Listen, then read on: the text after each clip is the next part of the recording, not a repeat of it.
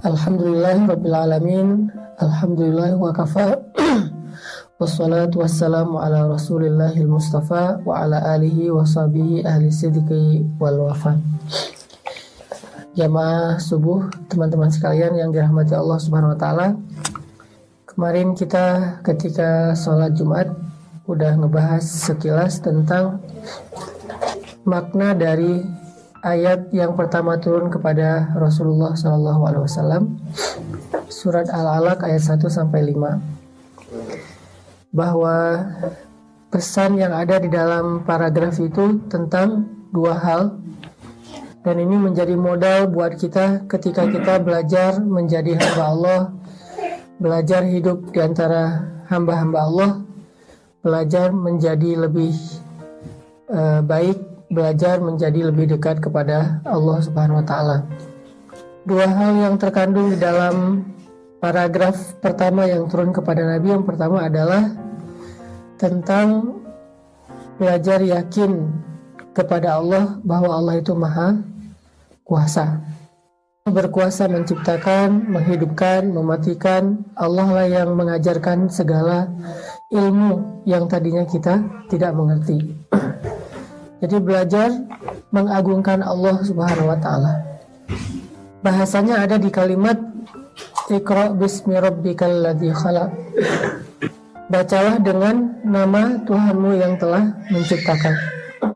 Di situ kalau dalam bahasa fikih disebut dengan ilmu rububiyah. Iqra bismi rabbika, dengan nama Rabbmu. Di situ ada rububiyah. Apa itu rububiyah?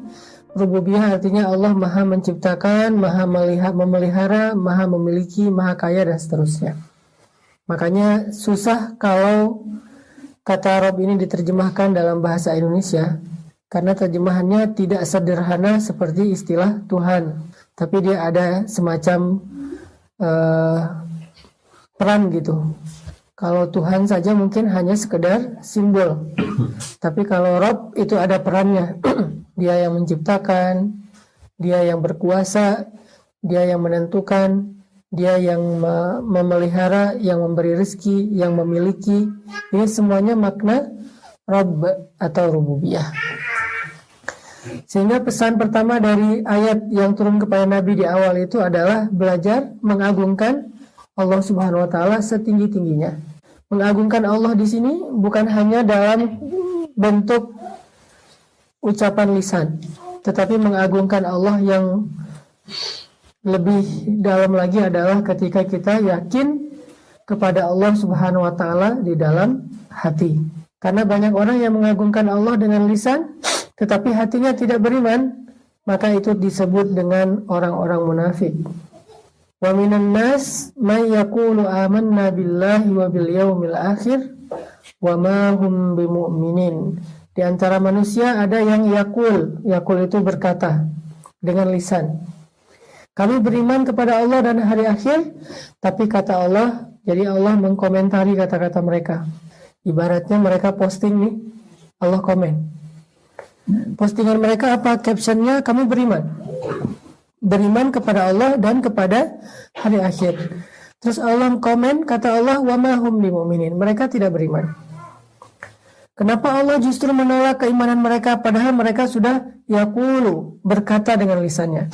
Karena ternyata iman mereka itu tidak masuk ke dalam hati, hanya ada di dalam ucapan lisan. Padahal Nabi SAW bersabda, sesungguhnya Allah tidak melihat kepada perbuatan kalian atau penampilan kalian atau harta kalian dan seterusnya. Allah melihat ke dalam hati kalian. Dan kalau kita baca hadis pertama dalam setiap buku para ulama, selalu hadis pertamanya innamal a'malu binniyat. Sesungguhnya semua amal itu, baik perkataan atau perbuatan, tergantung kepada an-niyah yang ada di dalam hatinya. Kalau niatnya benar, maka dia akan mendapatkan balasan yang baik dari Allah. Kalau niatnya melenceng, maka dia tidak punya akad apa-apa dengan Allah Subhanahu wa taala. Sehingga kita balik lagi kepada surat Al-Alaq, belajar mengagungkan Allah artinya bukan sekedar belajar memuji Allah dengan lisan, walaupun itu satu kebaikan. Tapi kalau tidak selaras dengan hati, maka yang lisan ditolak. Sedangkan seseorang yang memuji Allah dengan hatinya, walaupun lisannya sederhana, maka itu berkualitas, berharga di sisi Allah Subhanahu wa taala. Belajar mengagungkan Allah di dalam hati. Belajar meninggikan Allah di dalam hati. Kalau bahasa sederhananya, belajar yakin dan takjub kepada Allah. Belajar yakin dan takjub kepada Allah. Dan ini gak bisa dibuat-buat. Kita harus tanya ke dalam hati kita masing-masing. Kalau bahasa Nabi, istafti qalbak, tanya kepada hatimu. Istafti qalbak, tanya kepada hatimu. Bukan coba kamu ucapkan dengan lisanmu, bukan. Coba kamu ekspresikan dengan penampilan kamu, bukan. Tetapi istafti qalbak, coba minta fatwa, minta pendapat dalam hatimu. Apakah hati itu benar-benar yakin dan takjub kepada Allah Subhanahu wa taala. Sebaliknya, begitu dia yakin kepada makhluk, berarti dia tidak mengamalkan pesan pertama dari Al-Quran. Ketika dia takjubnya kepada makhluk, apalagi kepada diri sendiri, yang kita kenal dengan istilah ujub. Dari kata ajabah atau takjub atau ujub, jadi bahasa Indonesia takjub, ujub itu sama aja. Ketika dia takjub kepada dirinya, namanya ujub.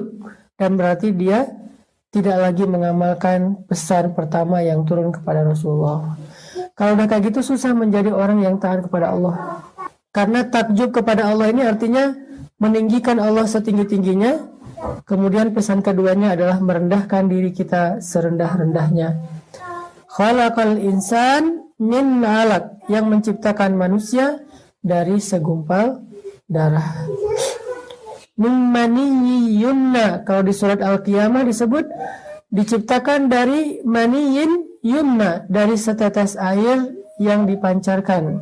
Dan istilah airnya juga disebutkan oleh Allah, saking rendahnya manusia. Berarti pesan yang awal-awal disampaikan Allah kepada Rasulullah, bisa dibilang kuliah pertamanya Nabi itu bukan gimana cara membaca huruf. Sampai akhir hayat juga Nabi tidak bisa membaca huruf. Tapi kuliah pertama yang disampaikan Allah kepada Nabi adalah materi Allah Maha Tinggi, manusia itu rendah. Allah Maha Kuasa, manusia itu tidak berdaya. Allah Maha Kaya, manusia itu fakir. Allah Maha Menghidupkan, manusia itu dihidupkan. Allah Maha Kuat, manusia itu lemah. Allah Maha Menolong, manusia itu butuh pertolongan. Alam yajidaka yatiman fa'awa, wa wajadaka dhallan fahada, wa wajadaka ailan fa'aghna. Itu pesan yang sama seperti yang ada di dalam surat Al-Alaq ayat 1-5.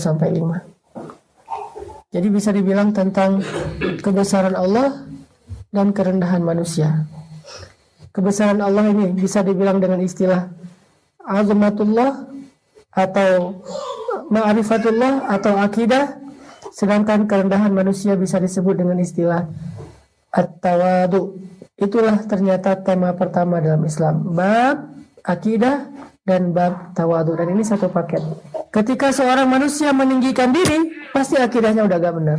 Ketika manusia meninggikan Allah, otomatis harusnya dia menjadi lebih rendah di hadapan Allah, merasa lebih rendah. Gak mungkin dua hal ini berjalan sama.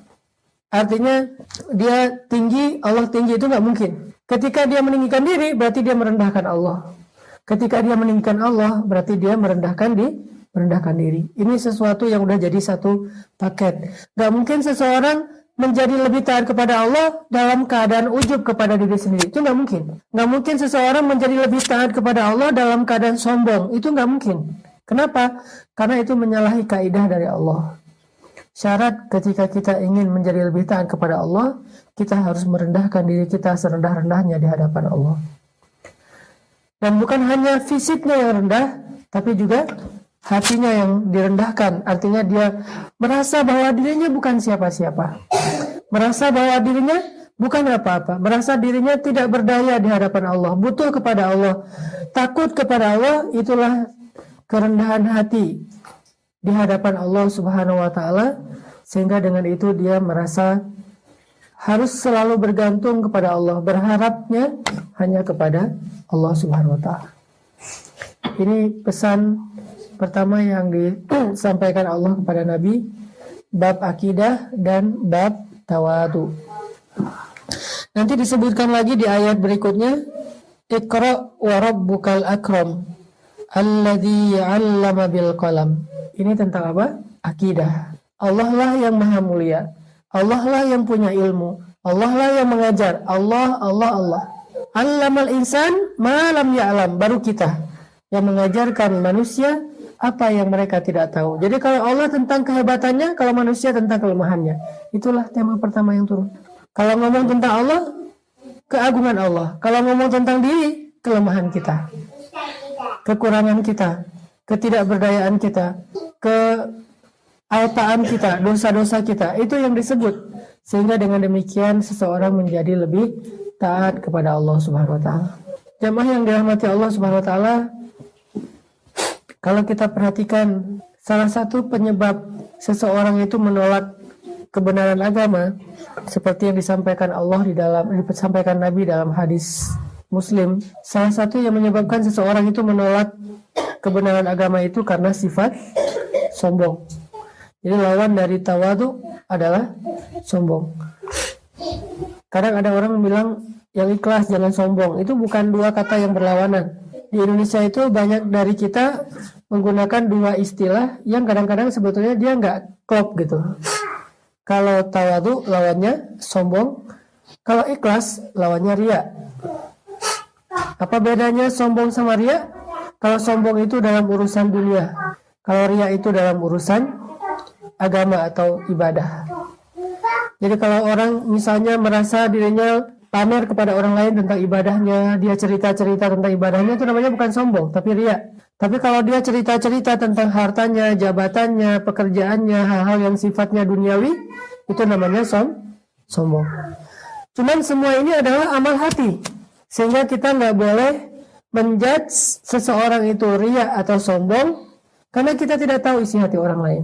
Terus gimana dong? Ilmu ria dan sombong, tawadu dan ikhlas adalah ilmu untuk kita menilai hati kita sendiri, bukan menilai hati orang lain. Gak boleh kita menjudge dia tuh sombong ketika dia posting ngaji. Kayak misalnya setahun yang lalu, alhamdulillah, misalnya di Indonesia itu ada Muzammil yang banyak memposting bacaan Al-Quran, sehingga cukup ngehit. Ada yang komen di postingan itu, gak boleh ria dengan bacaan Al-Quran. Berarti dia menjudge isi hati orang lain. Padahal tidak ada yang tahu isi hati seseorang kecuali Allah, kemudian orang itu sendiri. Bisa aja niatnya adalah syiar. Dan terkadang amal soleh itu lebih baik disiarkan, ditampakkan supaya menjadi teladan. Muncullah hadis Nabi, siapa yang memberikan teladan yang baik, man sanna sunnatan hasanah. Bagaimana akan jadi sunnah hasanah kalau tidak ditampakkan? Berarti nggak semua amal itu harus disembunyikan. Karena kalau disembunyikan, tidak ada yang meniru, tidak menjadi tren. Alhamdulillah gara-gara Muzammil tampil, manggung, akhirnya membaca Al-Quran itu menjadi tren tanpa harus mengubah penampilan. Dulu Muzammil sebelum kita buat Pemuda Hijrah, beliau membaca Al-Qurannya udah bagus, cuman tidak manggung dengan gaya aktivisnya. Lalu saya bilang, Muzammil ganti penampilan, coba pakai baju flanel kotak-kotak biasa standar, pakai kupluk kalau perlu. Walaupun sekarang udah normal lagi, pakai kupluk.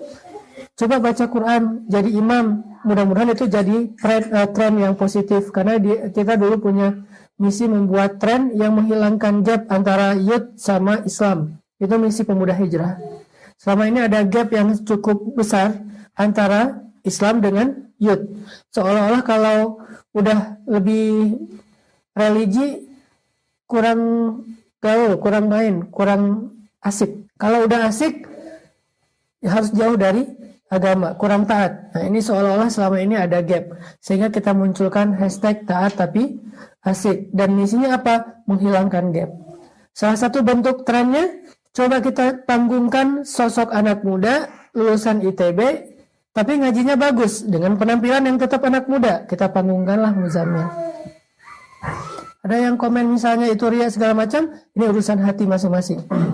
Nahnu la nahkum illa bizzawahir, kata Umar. Kita nggak boleh menghukumi sesuatu kecuali dengan yang tampak. Adapun yang tidak tampak, kita tidak boleh menjudge atau menghakiminya.